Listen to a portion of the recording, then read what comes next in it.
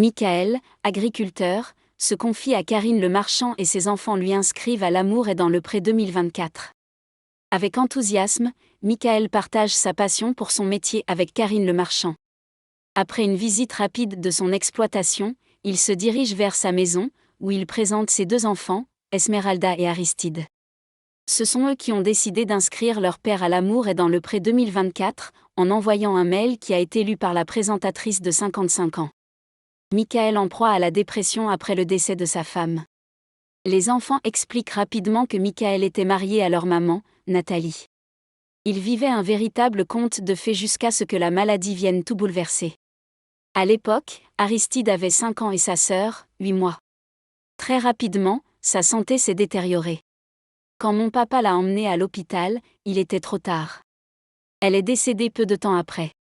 Mon papa s'est donc retrouvé seul avec 2 enfants, une ferme à gérer et une maison en construction, lit Karine Le Marchand, très émue. Le public apprend alors que Nathalie est décédée brutalement à l'âge de 32 ans. Michael a dû alors se construire une carapace pour affronter cette situation douloureuse. Quand je me suis retrouvé veuf à 35 ans, avec 2 bébés. Ce n'est pas facile à vivre. C'est une mort brutale. Du jour au lendemain, on se retrouve seul.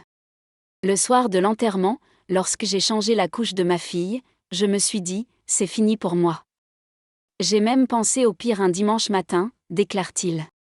Mais grâce au soutien de son fils, il a trouvé la force de se relever et de continuer pour ses enfants. Ce fut cependant une période très difficile, j'ai mis 17 ans à accepter.